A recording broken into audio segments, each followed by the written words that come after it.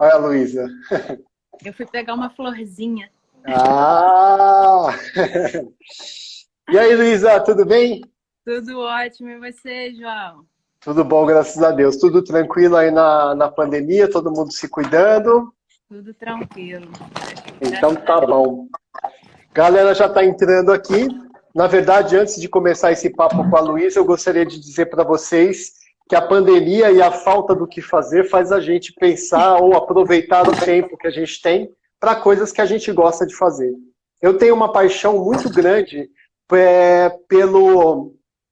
por assuntos, vamos dizer assim, impactantes ou assuntos de grande repercussão. Então, assim, eu gosto muito de conversar sobre mulher, sobre opção sexual, sobre preconceito racial, sobre coisas, sobre música. Eu sou um assíduo frequentador da Casa TPM, que é um evento que tem aqui da revista Trip, né, da editora Trip. E às vezes, quando posso, vou no Trip Transformers. E esse projeto começou com a Ana Paulueba, que é uma amiga minha, que é a diretora desses eventos, é quem idealizou e quem toca esses eventos. Eu falei assim, cara, vou bater um papo com a Ana Paulueba. E aí eu comecei a pensar em tantas mulheres legais que eu conheço. Então, na verdade, essa série de entrevistas, Luísa, e todos que estão aqui acompanhando a gente, ela vai ser muito legal para quem está assistindo, todas elas.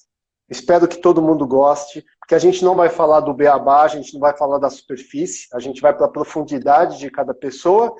E são entrevistas um pouco egoístas, porque, na verdade, eu gostaria de conversar sobre esses assuntos com essas mulheres.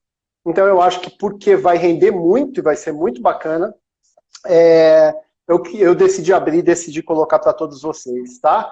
Então, Luísa, bem-vinda, tá? Obrigada. Então, tá bom. Vamos apresentar aqui a Luísa para quem conhece e para quem não conhece. Fizemos aqui um dever de casa. A Luísa chama-se Luísa Bezerra de Menezes Perim, nasceu em Niterói, tem 39 anos e é a caçula de 4 irmãos. Ela é a filha da dona Verônica, que já cumpriu a sua missão e nos deixou, e do senhor Oriovaldo Perim, um respeitado jornalista. Vamos falar sobre isso. A Luísa é casada com o Fabiano Faria. Eles se conheceram em 2012 e hoje cuidam do pequeno Canuí Perim Faria, nome completo, que nasceu agora, recentemente, em 2018. A formação profissional da Luísa ela tem uma formação publicitária, que eu não sabia. Depois ela teve uma segunda formação, que ela é bióloga marinha, com pós-graduação em educação ambiental. E, além disso, tem outras tantas coisas que ela já fez. Criadora e coordenadora do projeto socioambiental Voo de Canoa, para quem quiser conhecer na plataforma Instagram, é o @projeto Voo de Canoa. Sócia fundadora da Surf Rui, que hoje ela atua especialmente com as turmas infantis, né, e também na gestão administrativa. Trabalhou durante 8 anos com cobras no Instituto Vital Brasil. Quem quiser uma similaridade, como a própria Luísa escreveu, é a mesma coisa que o Instituto Butantan, aqui de São Paulo, a mesma linha. E depois, por 3 anos, no Parque Estadual da Serra da Tiririca, até 2014. Além disso, ela já teve, por 4 anos, um programa de rádio chamado Consciência Ambiental, né? E, como eu disse, ficou por 4 anos no ar. Perdi o fôlego. Luísa, vou matar, já vou emendar todo esse seu belo currículo, toda essa apresentação que eu fiz para as pessoas que estão aqui, eu quero que vocês façam perguntas, conforme a Luísa estiver respondendo, eu vou ficar de olho aqui no Instagram e vou anotar as perguntas mais legais, as curiosidades, para a gente interagir, não ficar só aquela live que ficam 2 pessoas conversando, né? Mas vamos lá, a sua mãe é uma professora, né? Como você disse para mim, ela faleceu de câncer. Embora hoje a gente não saiba se os casos de câncer estão sendo muito mais anunciados e por isso nos parece que tem tanto, ou se é realmente uma doença moderna, né, que ela vem crescendo em função do nosso lifestyle. Então ela é uma professora, vocês passaram por esse trauma, né, junto com ela. Seus pais tiveram um casamento extremamente feliz, como você me falou. Seu pai é um jornalista conhecido, trabalhou no Jornal do Brasil e trabalhou também na plataforma Globo, né? A pergunta que eu quero te fazer, porque o foco é falar como mulher, é o seguinte: já nessa época dos seus pais, quando eles tiveram você, ainda tinha o conceito princesa, né? Todas as meninas eram criadas por seus pais para serem princesas e que elas deveriam aguardar o seu príncipe encantado, né? O que hoje a gente vê que coisa daquela época, hoje mudou, ainda bem que mudou, as mulheres querem vestir azul, né? E está corretíssimo. E eu vejo você nada princesa, não no sentido de delicadeza como mulher, eu vejo assim, na atitude, nas suas atitudes de vida, nas coisas que eu sei que você já fez, nas coisas que você me narrou que você fez. Aqui a gente tem uma lista grande e diversa de coisas que você já fez. Então eu quero saber o seguinte, você teve uma criação para ser uma princesa e percebeu que não queria ser? Ou seus pais, por serem já uma professora, um jornalista de grandes plataformas, sempre criaram a menina Luísa para ser uma mulher forte, independente e não uma princesa? Isso foi muito natural, assim, na minha criação. Eu demorei muitos anos para entender a forma como meus pais criaram os 4 filhos, porque não existia aquele formato fechado, assim, de todos os filhos vão estudar na mesma escola. Tanto que até eu me firmar em uma escola, que foi o Centro Educacional de Niterói, que era uma escola experimental, eu tinha aula de madeira, tinha aula de eletricidade, aula de educação para o lar, onde eu aprendi a cozinhar, mas eu também tinha aula de atividades agrícolas, para fazer trilha no meio do mato. Mas os meus 2 irmãos mais velhos não estudaram nessa escola, porque os meus pais fizeram essa leitura. E isso vem desde a nossa infância bem tenra mesmo. Então, eu não entendia muito isso quando era criança, porque as minhas amigas eram assim, era o pacote das crianças, né, dos irmãos, sempre na mesma escola. Então, meus pais faziam essa leitura dos filhos desde pequenos, respeitando as particularidades de cada um. E eu sempre atribuí muito assim, a personalidade que eu construí quando adulta, se deve muito à educação que eu tive dos meus pais nesse conceito, assim, da escola onde eu estudei e também da infância que a gente passou no sítio do meu avô. Então, eu vivia no meio de um monte de primos, meus avós tiveram 15 filhos. E daí são 46 netos. Tudo neto, tudo assim, primo de primeiro grau mesmo. Então, eu vivia no meio de um monte de menino. Nunca fui criada para ser princesa. Tanto que, assim, na minha vida inteira, na minha infância inteira, eu tive 2 Barbies, das quais uma eu picotei o cabelo dela toda. Nunca fui apaixonada por Barbie. E das princesas da Disney, eu só fui me apaixonar por me apaixonar verdadeiramente no ano passado, que foi a Moana, que é a princesa da Disney. Agora, Cinderela, eu sei da história, assim, por alto, porque toda criança sabe, mas todas essas princesas, Elsa, não, a minha princesa predileta é a Moana. A gente vai migrar durante a conversa e nós vamos chegar... Esse é o ponto final da nossa conversa, essa coisa da cultura polinésia no Brasil, né? Você comprova, através de tantas atividades que você já realizou na vida, né? E outras tantas que você acumula hoje, que continua realizando hoje, que você é uma pessoa que tem os seus caminhos. Eu tô fazendo uma análise do pouco que eu conheço você, né? A gente conhece há muitos anos, mas pouco a gente tem a oportunidade de sentar e conversar a fundo, né? Mas você tem as suas escolhas. Você escolheu ser publicitária, depois escolheu ser bióloga, depois eu sei que você trabalhou num lugar lá, que você me falou uma vez, a gente estava lá na praia em Itaipu, você falou, trabalho lá atrás daquele morro, não sei o quê. Você foi uma pessoa que, enquanto as pessoas estavam buscando clubes de canoa, que é muito legal, para remar e etc., você é uma pessoa que escolheu pegar sua canoa e fazer uma travessia sozinha, né? Então você começa a pensar essas essas pequenas características, elementos de uma pessoa, e você começa a falar assim, ali sim tem um ser independente, tem uma mulher independente, tem uma mulher que quer exercitar as escolhas dela, né? E que quem for entrar na vida dessa mulher, não só necessariamente um companheiro, eu digo o ciclo de amizades ou qualquer outra coisa, tem que compreender isso e tem que respeitar isso e vai ter que valorizar isso, de uma forma natural, né? Porque você me parece o tipo de mulher que, se você estiver num grupo onde isso não for valorizado ou respeitado, compartilhado de maneira igualitária, você simplesmente vai migrar, não é que você vai reclamar, você vai seguir no seu caminho, né? Dentro desses cenários, dentro da biologia, dentro da prática esportiva, dentro do programa de rádio, dentro do clube que você faz a gestão, dentro de todas essas coisas que você já exercitou profissionalmente. Primeiro, profissionalmente. Foi difícil em algum momento, ou por algum segundo, você notou alguma coisa que ser mulher, mesmo sendo uma mulher frágil, mesmo sendo uma mulher forte, ser mulher naquele momento, você sofreu algum tipo de barreira? Você teve que se reinventar, ser mais forte para ultrapassar alguma barreira nesses diferentes ambientes profissionais, ou isso jamais aconteceu com você?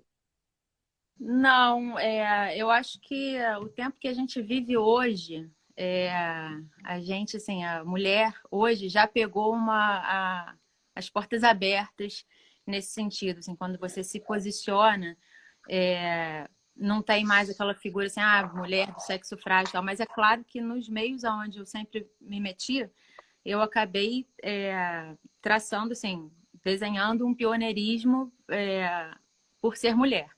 Mas eu nunca encontrei barreiras, assim. Então, você mencionou aí do meu trabalho no Vital Brasil. Eu trabalhei durante 8 anos, primeiro como estagiária, depois eu fui contratada como bióloga, e eu trabalhava diariamente com cerca de 1.500 serpentes peçonhentas dentro do laboratório. E durante muitos anos, até hoje está fazendo 1 ano do falecimento do Aníbal, que foi meu chefe, foi meu professor também. E durante muitos anos o Aníbal era o cara que fazia a extração de veneno lá no Vital Brasil.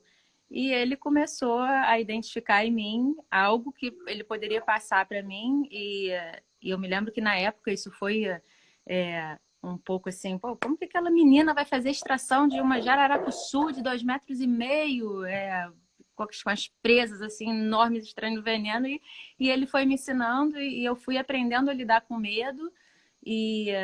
E depois desse momento, depois de quando aquela menina lá que trabalhava no Vital Brasil, quando eu comecei a fazer extração das cobras, extração de veneno, outras pessoas começaram a fazer além do Aníbal e deixou de ser somente o Aníbal. Então, eu vi que foi uma abertura de portas e uma quebra de tabu muito importante pelo fato de eu ser mulher e mostrar que eu poderia executar aquela função super perigosa. E outras pessoas também passaram a fazer, homens e mulheres. Então, eu nunca encontrei assim, uma barreira, e eu acho que se eu encontrasse, eu ia vencer, porque para mim, assim, não é questão de você ser homem ou mulher, é questão de você ser capaz. Então, depois, quando comecei a trabalhar no Parque da Serra da Tiririca também, da mesma forma, eu me via única mulher no meio de um monte de homem. Eu tinha que passar um treinamento para 20, 30 guarda-parques, e nessa época eu ganhei o apelido de Capitã do Mato, porque eu fui fazer uma trilha com eles, mostrando como é que fazia o manejo de trilha e tal, aí eles me apelidaram de Capitã do Mato, e foi um barato, assim, eles viram que dava para fazer, e eu mostrava, olha, eu posso fazer, todo mundo pode fazer. Então, eu sempre fiz um resgate lá da minha infância, onde eu vivia no meio de muitos primos, homens, eu fazia trilhas, então vem muito do que eu trago da infância, né? Então, respondendo sua pergunta, assim, de forma mais resumida, eu nunca encontrei uma barreira que fosse assim, pelo fato de ser mulher, estar diante desse papel, se isso me atrapalhou de alguma forma, não. Mas também, completando, se eu tivesse encontrado, eu ia vencer, eu tenho certeza. Porque a gente vive em tempos modernos, né? Então... Tá. Não tenho dúvida. Foram abertas por mulheres no passado, né? Sim, sim, sim. No passado, muitas mulheres abriram portas, mas a grande maioria esmagadora sofreu muito e foi muito resiliente e muito insistente, né? Muito dura, com um protagonismo do tipo serei uma mártir, né? Não interessa o que vai acontecer, eu vou até o fim. Você, como boa bióloga, deve conhecer também aquele caso. Ela acho que é viva até hoje, mas ela sofreu muito. Aquele filme A Montanha dos Gorilas, que tem aquela bióloga que foi embora para a África para defender, né? Porque os gorilas eram mortos para arrancar a... Uma senhora, linda essa história. Então, assim, elas, na verdade, abriram, óbvio, todo esse caminho para essa nossa geração, sua geração, minha geração e as demais que estão vindo. Pensando na tua fala, na tua resposta, só uma coisa. Você falou que você dava ali uma explanação, levava os guarda-parques para você poder instruí-los de como, de repente, trabalhar ou agir, né? Então, você tem ali diferentes perfis, né? Ou você tem o perfil do cara feminino, eu não estou dizendo necessariamente um cara feminilizado, né? Estou falando assim, feminino que compreende a mulher, tem um lado mulher dele bem desenvolvido que consegue entender bem as mulheres e respeitá-las, né? E você tem um cara, isso depende muito de criação, mais truculento. O fato de você estar ali instruindo essas pessoas, esses homens, né? Neste grupo... Caiu um besouro em mim. Eu tirei. Esse fato de você estar ali com alguns homens, né, instruindo, você não sentiu de nenhum deles, né, aquela coisa tipo, pô, mas essa é a menina que vai me ensinar a andar no mato ou fazer no meu trabalho? Nunca beirou esse tipo de coisa. Pura curiosidade. Sim. Não, isso já aconteceu sim, mas eu sempre dei tão pouca importância para isso que eu acho que eu não saberia nem te citar um exemplo assim do dia que foi e tal, mas eu acho que se tivesse sido algo muito marcante, eu acho que eu teria dado um passo fora e teria mostrado ali o meu lugar. Mas nunca foi nada assim marcante, mas isso certamente acontece, assim, da pessoa olhar, do tipo, eu tenho uma imagem em mim, assim, de quando eu comecei a remar em 2005, né, muitos anos atrás, sempre quando eu falava que eu era remadora e que eu tinha ido remando até Ilha Grande, sozinha e tal, olha, João, isso aí, assim, é comportamento, você olhar o comportamento, assim, visual da pessoa, todas as pessoas olhavam, estavam conversando comigo, olhando no olho. E quando eu contava essa história, a pessoa imediatamente olhava para o meu bíceps. E olhava para o meu corpo. E falava, você? Porque eu sempre fui magrinha, pequena e tal. Então eu sempre tinha que complementar. Olha, mas a minha força também tá muito aqui. Claro que tem que ter um treinamento, é óbvio, né? A gente não pode ser inconsequente. Mas é assim, é certo. Aquela história e tal, ele é grande. Tuf, os olhos já iam direto pro meu bíceps. Não é tão forte, né? Mas Vamos lá. Eu vou chegar onde eu quero, que é o ponto máximo do nosso papo, que é o tipo de criação que você dá pro Canuí, tá? É Canuí. Cainui. Cainui. Cainui. Vou fazer uma viagem entre a cultura brasileira, a cultura latina, vamos ser um pouquinho mais amplos, e a cultura polinésia, né? Para a gente ir migrando e chegando até lá, eu nem ia perguntar isso, mas você mandou aqui no teu release para eu poder estudar, que em 2012 foi quando você conheceu o Fabiano Faria, né? É engraçado que a impressão, o Fabiano também é um cara que eu conheço, acho que como conheço você. A gente sempre se vê, sempre se fala em determinados momentos muito esporádicos, mas nunca sentamos para tomar um vinho ou para sair para jantar e para conversar. Nunca tive essa conversa com você, né? E nunca tive essa conversa com ele, né? Mas assim, eu sou um cara de observar e formar opinião em relação a alguém, sempre procuro, obviamente, formar opinião do lado bom, né? E o Fabiano, ele é um cara que eu sempre vi ele ali, tranquilão, com a prancha dele, né, com a canoa dele, né? Sempre teve um pouco esse perfil para mim, olhando de fora. E aí você conheceu o Fabiano em 2012, e o que me soa como legal, e se a gente pudesse ser um pouquinho não é fantasioso o texto, um pouquinho contar uma história bonita, né? Se a gente quiser dar uma floreada, parece que a impressão que eu tenho de fora é que vocês já tinham o mesmo perfil, a mesma paixão, o mesmo jeito de ser, claro que tem diferenças, a mesma paixão pelo mar, a mesma compreensão um pouco mais aprofundada do que a prática de cada esporte no mar representa, na verdade. Não só aquela visão do atleta, que é super show, porque o atleta escolhe ser atleta, o negócio dele é tempo, é performance, é análise do tempo, porque ele sabe quanto que vai baixar, quanto que vai aumentar o tempo dele. Atleta.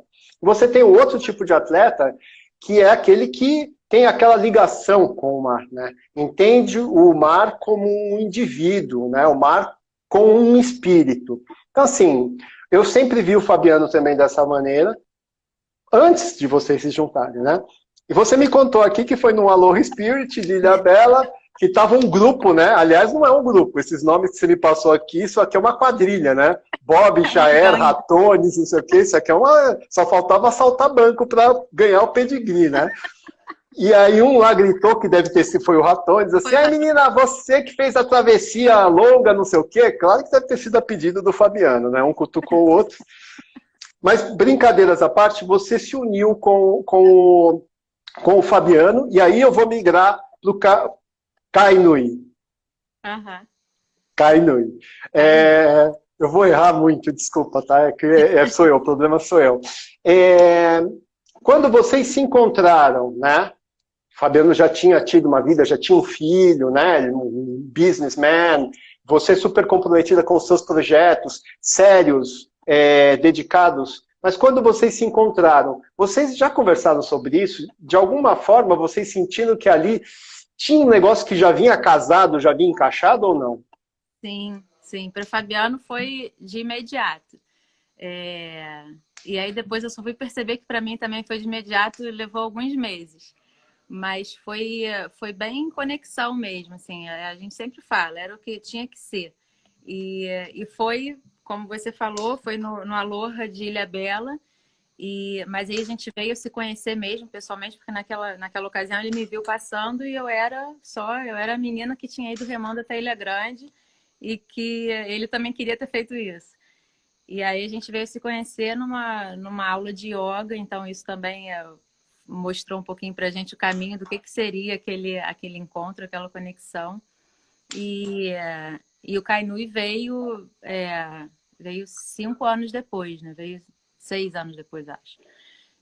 Não, a gravidez veio 5 anos depois. Mas a gente já teve essa conexão, desde a primeira vez. Tanto que foi assim, a gente logo foi morar junto e nunca se desconectou. A certeza já foi bem no início mesmo.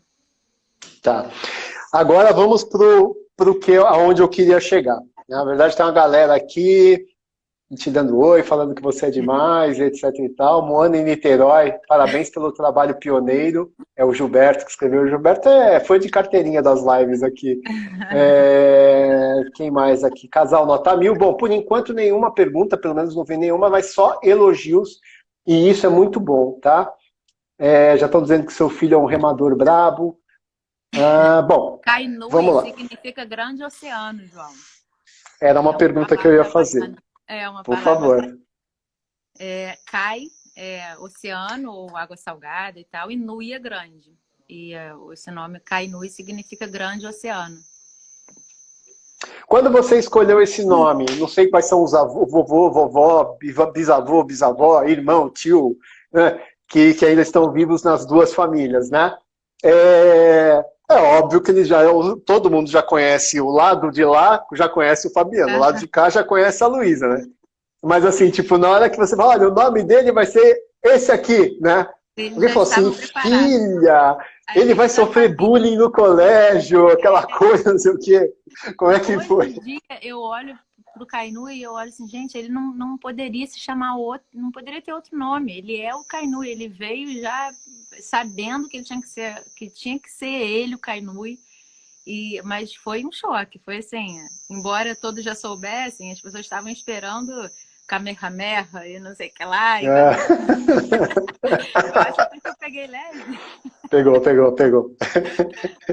Kainui até tem um som bom e tal, mas... Tem uma sonoridade boa.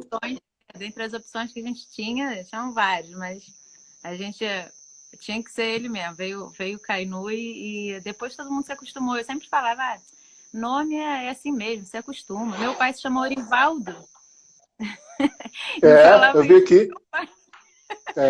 Meu pai se chama Orivaldo. Poxa, não vai poder ter um neto chamado Kainui. Seu pai era o último que podia reclamar. Ele não podia falar nada. Pô, Kainui, minha filha. Não, pai, dá um tempo. Olha o seu nome. Vamos lá. O nome parece ter entrado num ciclo que já vinha, né? É uma peça que se encaixou. Então eu fiz a narrativa do Fabiano, da maneira que eu vejo ele em relação, como homem, em relação ao mar. O envolvimento e a compreensão dele com o mar. Vejo Luísa, como eu já falei, com um entendimento, uma compreensão do mar. Quando eu falo compreensão do mar, assim, foi o que eu falei, a gente vê que ali tem um ser vivo, tem algo vivo, tem espírito, tem coisa nos assistindo ali, né? E aí vem um filho com um nome tão forte desse, com esse significado, que parece que é a terceira pecinha ali que encaixa, né, nessa pizza de 3 pedaços. E aí, não basta, né, porque vocês já estão com o caráter e a personalidade de vocês já está formada, né, e agora vocês estão trabalhando juntos para formar ele dentro daquilo que todo pai e mãe acha que é o melhor para o filho. E é óbvio que parcial ou imparcial, pouco importa, os pais sempre levam os filhos para um ambiente onde eles acham que é o melhor, no caso de vocês, o mar. E eu vejo 2 coisas em você, Luiz, e no Fabiano, que são muito legais. A primeira é que vocês vão viajar, surfar, levam ele. Vocês vão remar de stand-up, vocês levam ele. Hoje eu vi uma foto, o Fabiano remando, você sentado, e ele pequenininho na tua frente, assim, num stand-up. Vocês vão pra canoa, vocês levam ele. Vocês vão velejar, vocês levam ele. Óbvio, dependendo do quanto hardcore é a trip, né? Mas ele tá sempre junto. Essa é a primeira observação que eu sempre venho fazendo, né? Que sempre quando eu olho eu vejo isso. E sempre daquela maneira muito simples, né? Sem camisinha, descabelado, engatinhando lá dentro do veleiro, né? Tá tudo bem, metendo a mão na terra e vendo o que é terra, vendo o que é areia, né? Descalço, muito legal isso. E a outra coisa que eu reconheço é que você é uma mãe que você está filmando todo momento o que ele está fazendo. Diferente de ser uma interpretação do que está acontecendo na rede social hoje. Não é. Não é, estou filmando para pôr na rede social, porque hoje todo mundo filma tudo, meu filho é meu orgulho e eu estou pondo ele lá. Não é só. Pode até ser que tenha isso, não há crime nenhum.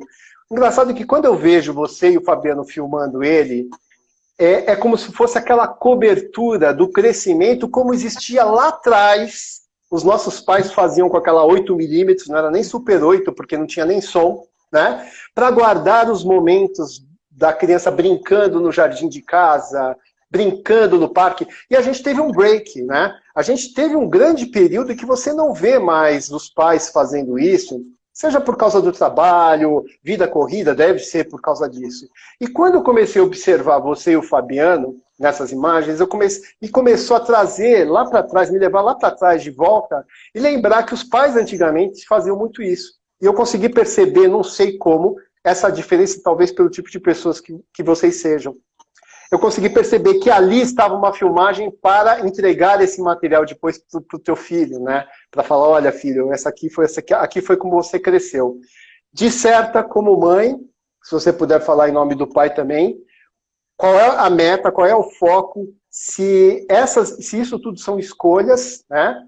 E se eu tô certo nessa minha previsão e nessa minha maneira de enxergar essa condução de vocês na criação dele. A gente leva a nossa vida para ele, né? Então a gente não, como eu falei uma vez, para tornar as coisas naturais, a gente não fala assim, hoje nós vamos levar o Kainui para velejar. Não, velejar faz parte da nossa vida e a gente está indo. E ele vai. Então, assim, se a gente foi surfar na Pororoca. Então, ele vai junto. Ele vai porque ele faz parte da nossa vida. Assim, e aí você começou essa pergunta também falando do nome dele, né? Assim, então, como que ele entra na nossa vida assim, de forma tão intensa? O Kainui foi um bebê muito esperado, muito desejado. E ele não é a terceira peça. Ele é a quinta peça, porque antes dessa pecinha tem o José Pedro, né? Que é o filho mais velho dele. E nesse meio eu tive uma gravidez antes do Kainui. E foi uma fase, assim, uma das histórias mais dramáticas que a gente já viveu junto e que foi muito importante para todos esses valores que a gente carrega hoje na criação do Kainui. Eu fiquei grávida de uma bebezinha, a gestação foi uma gestação bem avançada, e ela nasceu morta. Eu tive uma complicação gestacional chamada síndrome de HELP, que ela é mais grave. Eu tive pré-eclâmpsia grave, é agravado pela síndrome de HELP. Se você fizer uma breve pesquisa no Google, se só bota síndrome de HELP, tudo que vai vir, você vai dizer, gente, como que essa mulher está viva hoje? Ela é uma doença gestacional que mata 90% das mulheres, e das que sobrevivem, elas sobrevivem com sequelas. Então, assim, por exemplo, agora, antes de começar essa live, eu coloquei um colíriozinho que clareia a parte branca dos olhos, porque eu fiquei com manchas, porque ela estoura. É um drama, assim, é muito sério mesmo. E era uma menina, eu estava com 6 meses, já estava barriguda e tal, e ela nasceu, foi um parto normal e tudo mais. E o nome dela era Nalu. E Nalu é uma palavra havaiana que significa onda, ou tsunami, ou significa onda.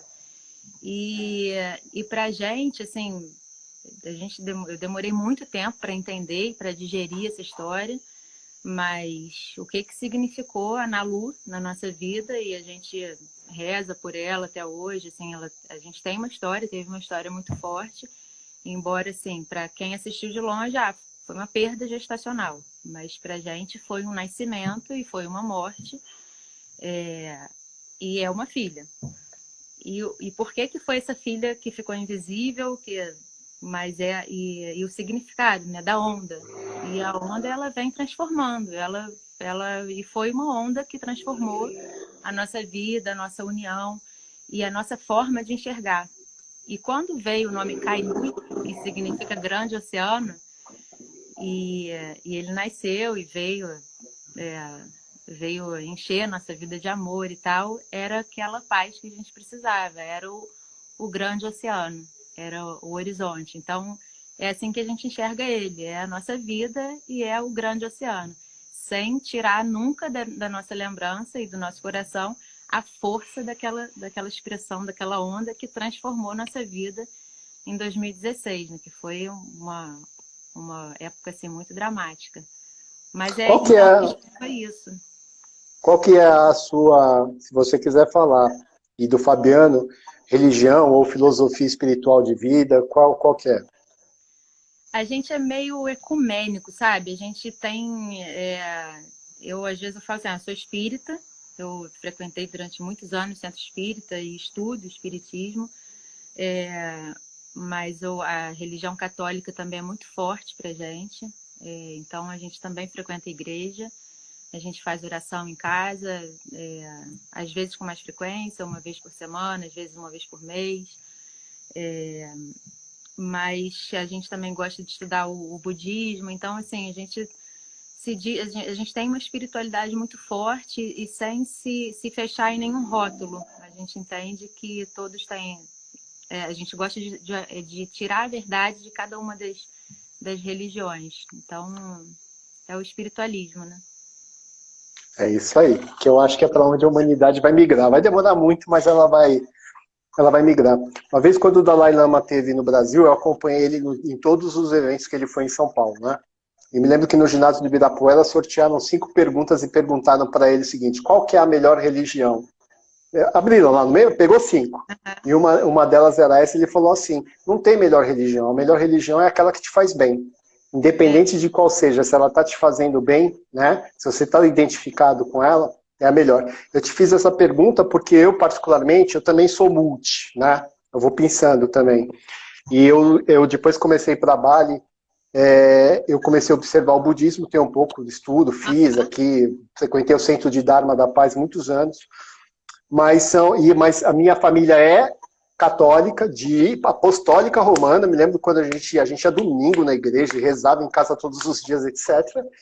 Mas bastante kardecista. Então eu acho que acreditar pelo menos nessa coisa espiritual, na reencarnação, alguns detalhes assim de algumas religiões, isso nos ajuda a compreender às vezes isso que se passa com a gente, né? Eu não sabia disso daí. Eu queria só, antes de continuar, falar que o meu Toyota, que na verdade é o disfarçado Fabiano, a chegada do Kainui é a materialização não só do sonho de ter um filho, mas o início de uma nova trajetória de vida que está escrito no seu próprio nome. Ó, isso aqui que ele escreveu tem que guardar, cara. Tem que dar um print, tem que guardar no livrinho dele. Né? Quando fala assim, ó, filho, olha aqui as fitas, olha as gravações, olha as fotografias, olha quando você tinha não sei quantos anos, olha o que o papai escreveu na live da mamãe. Isso é bonito, isso daqui. Né? É verdade. Muito da educação, eu estou aqui de olho para ver se tem alguma pergunta, tá? Mas por enquanto, só diário de bordo, afinal é um oceano, não sei, né? Por enquanto é só gente elogiando, não sei o que, a Dani Bertin tá aqui, tem uma galera da Canoa, minha dentista tá aqui, até minha dentista tá aqui, cara, que legal. Eu vejo que muito da educação, obviamente, pela paixão do mar, tudo que a gente falou, e pelo esporte que você pratica, que eu vou depois te perguntar como é que começou, que é uma curiosidade que eu tenho. Está apoiado dentro da cultura polinésia. Tem muita coisa rica, né, na cultura polinésia, muita coisa maneira, assim, né, que você fala assim, nossa, olha esses caras, né. E é óbvio que nós temos também uma cultura bastante rica, uma cultura, se eu posso chamar, brasileira, né? Porque já mudou tanto, se a gente começar a puxar de onde veio, porque o cristianismo, não sei o quê, os portugueses, não vamos fazer essa viagem, brasileira. Eu vou até no mais simples para tentar me fazer entender no que eu quero perguntar. Uma vez uma pessoa falou assim, cara, por que a gente não valoriza, né, o pessoal da canoa, um cara do próprio ambiente da canoa, a gente não valoriza a canoa caiçara, né? Por que a gente não valoriza o ribeirinho, né? Essa coisa do polinésio, né? E, na verdade, eu entendo todos eles como irmãos, né? E você tem isso e o Fabiano tem isso, porque vocês são caiçaras, né? Você, pelo menos, é caiçara, vamos chamar assim. Vocês estão viajando o tempo todo, não só para Molokai Oahu, no Havaí, que é uma descoberta polinésia, né? Mas vocês acabaram de voltar agora da Pororoca, né? Vocês acabaram de ter contato, pelo menos visual, com outro tipo de canoa feita de madeira, com outro tipo de remo, em outro formato de hidrodinâmica. Então, assim, vocês vivem realmente o ambiente water, né? O ambiente água, em todas as suas frentes, dentro de todas as suas culturas. Se vocês pudessem viajar um pouco mais e conhecer os vikings, eu acho que vocês, na cultura viking, acho que vocês iam também lá, né? Essa mistura toda, para vocês, né? Como que ela se encaixa? Né? Como que é vista? Isso parece superficial para muita gente que está, talvez, assistindo e que não é desse universo da canoagem, do remo, etc. Mas vai valer a aula, né? Como que elas se encaixam para você? Como que essa educação de navegação, educação de conceito de família, educação... Nós não temos isso no Brasil, mas é algo que eu acho que toda criança devia saber. O que é a halal? O que acontece dentro daquela halal? Né? Por que a canoa é um sétimo membro? Né? Como que ele faz quando vai fazer uma canoa de madeira, de coa, que ele pede uma permissão para colher aquela árvore? Então, assim, como que todas essas culturas elas se juntam para formar uma coisa só? Uma curiosidade minha, se é que existe isso. Não, existe, eu até mudei aqui de posição, porque esse é um dos temas que eu mais gosto.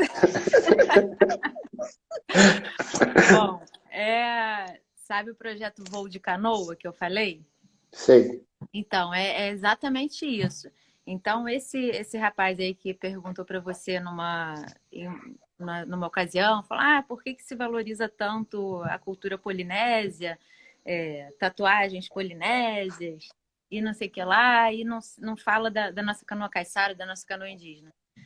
Pois bem, eu acho que é exatamente esse é o papel desse esporte no Brasil, assim, e aliás, quiçá, assim, talvez até no mundo, se você parar para pensar, porque foi a partir dos anos 70 que a canoa começou a se disseminar como esporte no mundo, né? Em alguns lugares ela chegou via Havaí, então por isso que aqui no Brasil a gente chama de canoa havaiana, até é mais normal se falar canoa havaiana, mas se você viajar para a Europa, por exemplo, ninguém conhece como canoa havaiana, é canoa polinésia, porque na Europa o esporte chegou por meio do Tahiti, né? Polinésia francesa e tudo mais. Então, desde quando esse esporte começou a se espalhar pelo planeta, eu acredito, e talvez isso seja uma coisa meio ancestral, meio de Kahuna, mas que esse esporte tem um papel, tem uma função planetária. E eu acredito que seja no Brasil essa, de nos ensinar a valorizar o que a gente tem de passado. Então, não eu acho que não é olhar assim, por que se fala tanto em canoa polinésia e não se fala em canoa caiçara? Não, a canoa polinésia está te ajudando, assim, tá permitindo que a gente faça essa live aqui e a gente esteja tendo esse assunto sobre a canoa caiçara, sobre a canoa indígena. Então, e quando o remador brasileiro, quando ele vê, ele vai numa competição e ele vê lá aqueles maori da Nova Zelândia fazendo um haka, com aquela força, aquele vigor, e ele se sente assim, né? Caramba, que força é essa? Que é muito além do que um treino planilhado e tal. O cara ele tá chegando para ganhar, e porque ele tem aquilo ali na veia. Então, nesse momento, o remador brasileiro, ele começa a perceber o que é esporte e cultura. Então, ele começa a ter contato, ele começa a ver que a cultura polinésia é muito mais do que rabiscar uma tatuagem maori, uma tatuagem polinésia no braço. Ele vê que o negócio é sentido pelo povo. E aí ele pode começar a se questionar, por que a gente não valoriza a nossa cultura, a nossa canoa? Então isso, de fato, é um questionamento, uma reflexão que tem que vir mesmo para a nossa realidade, para os nossos meios.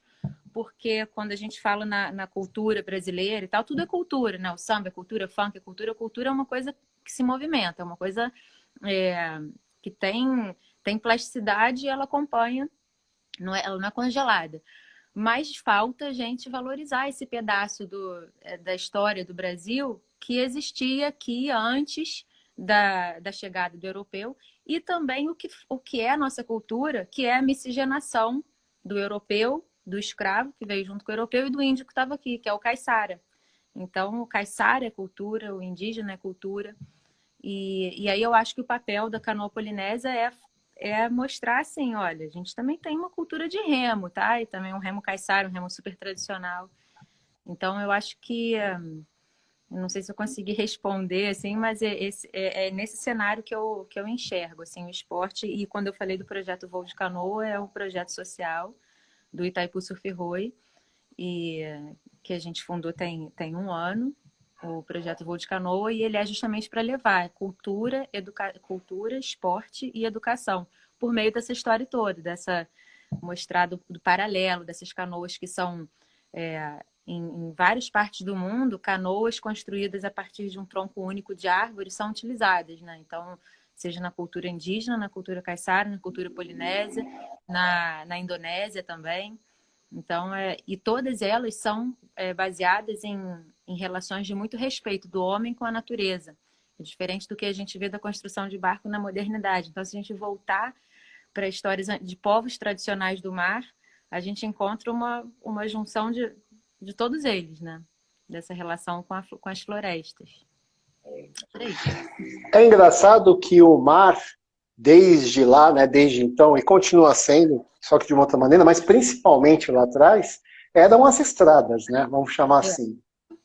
Se faltava algum recurso, se ali naquele lugar a vida não estava tão fácil, navegava-se para você buscar recursos em outras ilhas, e dentro do conhecimento de navegação. Daquela época lá atrás, sejam dos índios nos rios, sejam dos vikings cruzando oceanos, as naus, né, portuguesas, o povo polinésio muito mais antigo, né? Querendo ou não, existe um DNA igual entre eles, que é esse, da necessidade de você, depois, obviamente, se estendeu para descobrir, né? Descoberta, ampliação de território, né? Depois foi para um segundo momento. Eu, de verdade, acho que falta muito isso, né? No nosso universo, no nosso segmento.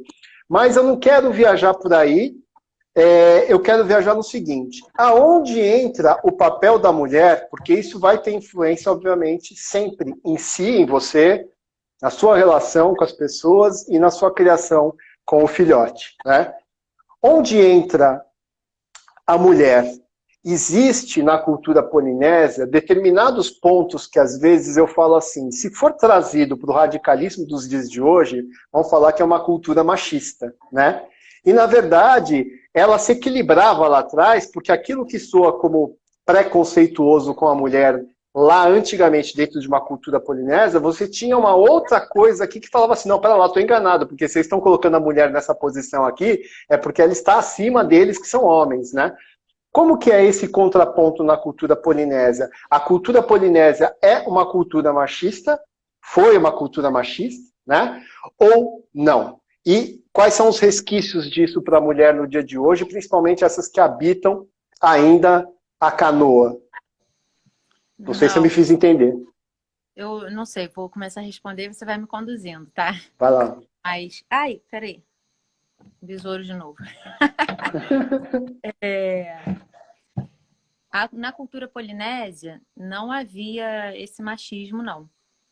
Pelo contrário, se respeitava muito a intuição feminina, o lado intuitivo das mulheres, e isso era tido, assim, algumas mulheres intuitivas e tal, eram até consideradas como kahunas, né? Que é tipo sacerdotisa, sabe? Que são consultadas para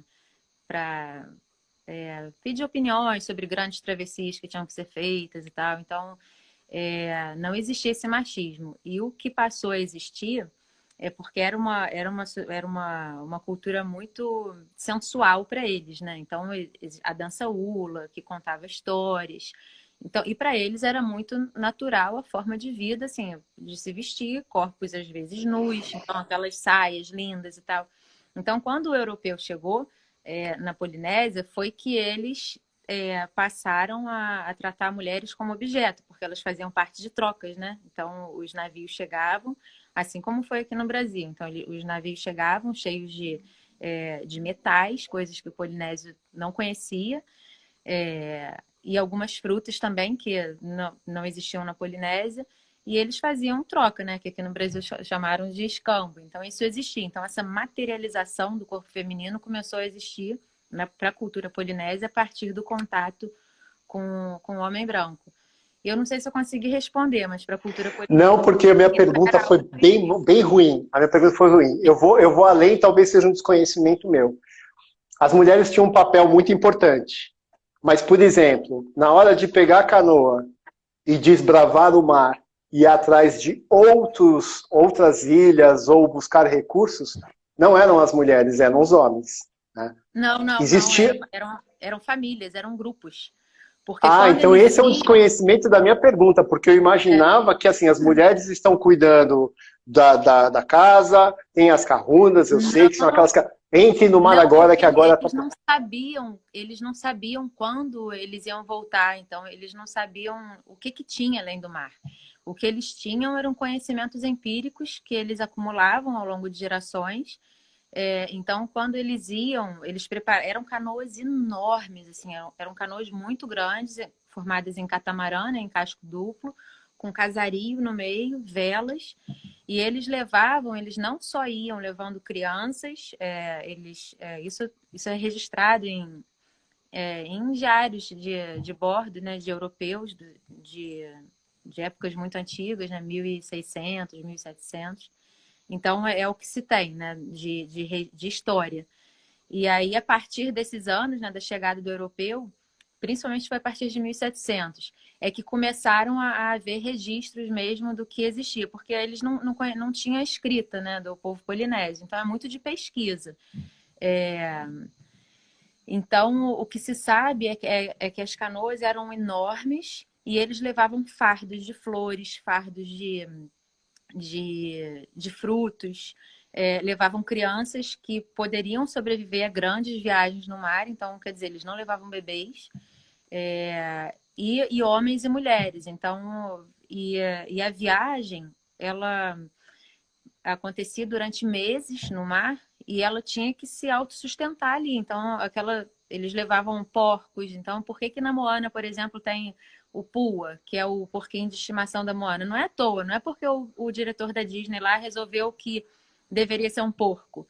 Não, é porque os porcos, eles eram animais típicos da Polinésia e eles levavam os porcos né, nas canoas. O frango da Moana, que é o rei-rei, existia frango. Então, os estudos arqueológicos dessas ilhas, de todas as ilhas da Polinésia, identificam ossos de porcos, ossos de galinha, de aves, né, que vivem assim no solo. Identificam e conseguem interpretar que ao longo de centenas de anos, ao longo de milhares de anos, houve essa migração polinésia, e essa migração ela era feita em grupos, em grandes frotas, né? Aquela concha pu que a gente toca, olha só, me sentindo polinésia. É porque eu tenho Você é um três pouco mesmo. conchas pu.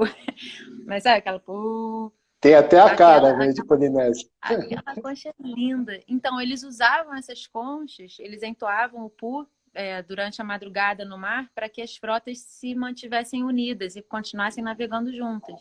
Então, as mulheres iam. E, às vezes, no meio dessas viagens, elas eram consultadas como kahuna.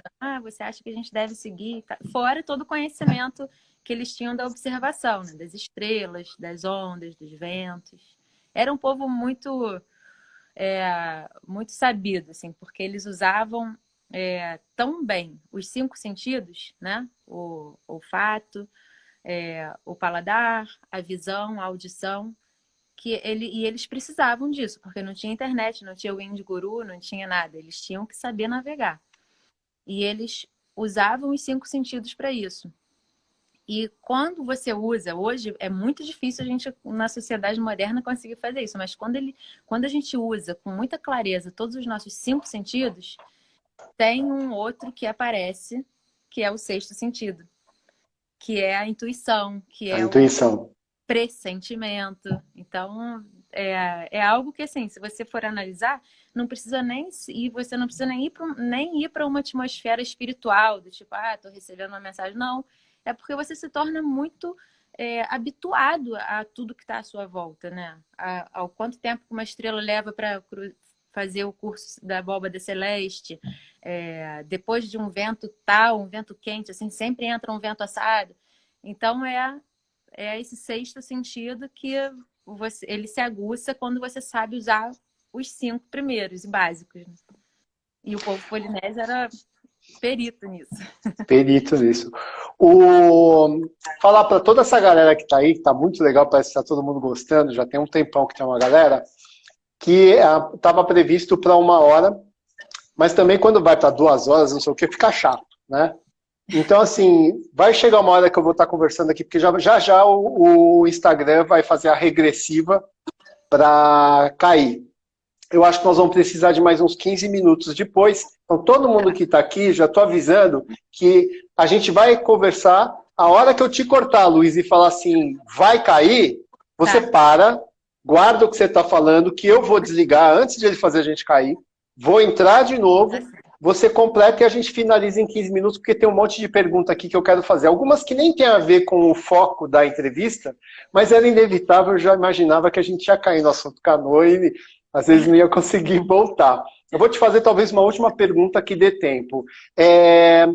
Qual foi a importância da mulher polinésia dentro de tudo aquilo que eles representaram? Eles hoje representam muito. Hoje você pega livros, todo mundo conhece a cultura, sabe o que eles fizeram, o que eles desbravaram, o que eles deixaram não deixaram de fazer, o Triângulo Polinésio, todo mundo sabe desses feitos, né? São admiráveis. Qual foi a importância, qual foi o papel da mulher nesses feitos?